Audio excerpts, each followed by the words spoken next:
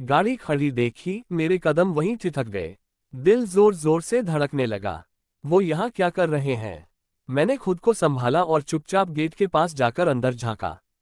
घर के आंगन से बहू की हंसी की आवाज आ रही थी और उसी हंसी में मेरे पति की आवाज भी घुली हुई थी।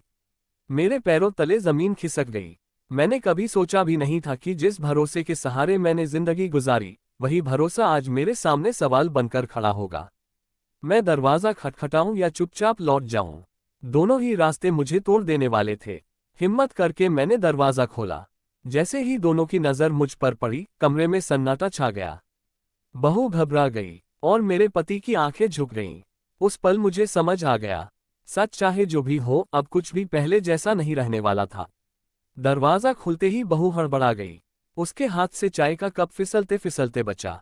मेरे पति ने कुछ कहना चाहा, मगर शब्द जैसे गले में अटक गए। मैंने भारी आवाज में बस इतना पूछा, आप यहाँ क्या कर रहे हैं? कमरे में सन्नाटा छा गया। बहू की आंखें जमीन पर थीं और मेरे पति खड़े खड़े अपराधी से लग रहे थे। कुछ पल बाद उन्होंने कहा, तुम गलत समझ रही हो। लेकिन मैं हंस पड़ी। वो हंसी नहीं थी, टूटे भरोसे की आवाज थी। तभी बहू रो पड़ी, कांपती आवाज में बोली, मान जी प्लीज एक बार मेरी बात सुन लीजिए। उसके आंसू देखकर मेरा दिल पसीज गया। मैंने कुर्सी खींचकर बैठते हुए कहा, ठीक है, बोलो, आज सच सामने आएगा। बहू ने गहरी सांस ली और जो उसने बताया, उसने मेरी सोच ही बदल दी। बहू ने आंसू पोंछते हुए कहना शुरू किया, मान जी, पिताजी आज यहाँ किसी गलत वजह से नहीं आए हैं। मेरी नजर तुरंत अपने पति पर गई। वो चुपचाप जेब से कुछ कागज निकाल रहे थे, हाथ कांप रहे थे। उन्होंने धीमी आवाज में कहा, मैं तुम्हें बताना चाहता था लेकिन हिम्मत नहीं जुटा पाया। कागज मेरे हाथ में आए। वो डॉक्टर की रिपोर्ट थी। बहू बोली, पिताजी बहुत दिनों से बीमार हैं। उन्होंने किसी को नहीं बताया, न आपको न बेटे को। मेरी आंखें भर आईं। रिपोर्ट में साफ लिखा था, दिल की गंभीर बीमारी। मेरे पति बोले, मैं नहीं चाहता था कि घर में चिंता फैले।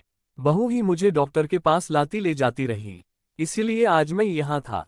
मेरे अंदर का सारा शक, सारी नाराजगी एक पल में शर्म में बदल गई। मैंने कांपते हाथों से उनका हाथ पकड़ा। पहली बार महसूस हुआ, हम अक्सर हालात को देखे बिना रिश्तों पर शक कर लेते हैं। बहू की आंखों में आंसू थे, लेकिन चेहरे पर सुकून। उस दिन मैंने सीखा, खामोशी हमेशा गुनाह नहीं होती, कभी कभी वो त्याग भी होती है। मैंने अपने पति का हाथ और कसकर पकड़ लिया। आंसू अब शिकायत के नहीं, डर के थे, उन्हें खो देने के डर के। मैंने बहू की तरफ देखा।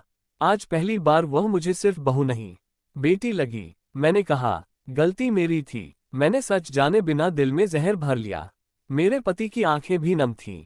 धीरे से बोले, मैंने भी गलत किया, तुम्हें भरोसे में लेना चाहिए था। हम तीनों के बीच जो दीवार खड़ी हो गई थी, वो उसी पल टूट गई। उसी शाम बेटे को भी सब बता दिया गया।